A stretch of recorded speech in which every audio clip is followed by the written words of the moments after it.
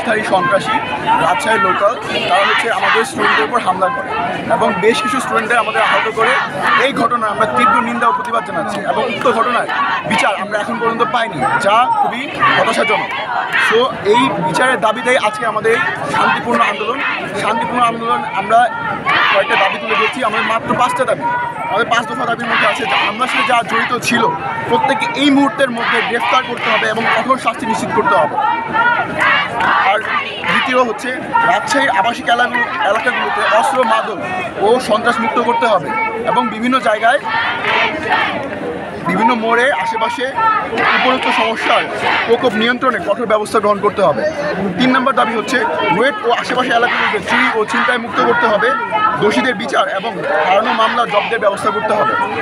4 নম্বর হচ্ছে রুয়েটবাসী নিরাপত্তার স্বার্থে এর আশেপাশে এলাকায় আইন শৃঙ্খলা বাহিনীর নিয়মিত টহল নিশ্চিত করতে হবে।